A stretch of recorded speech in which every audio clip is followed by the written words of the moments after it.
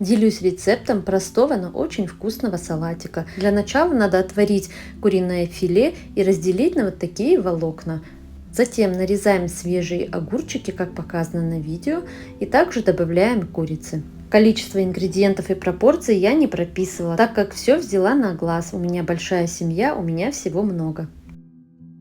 Теперь нарезаем отварные куриные яйца, тоже так, как показано на видео, сначала кольцами, а потом соломкой. И также добавляем в общую миску.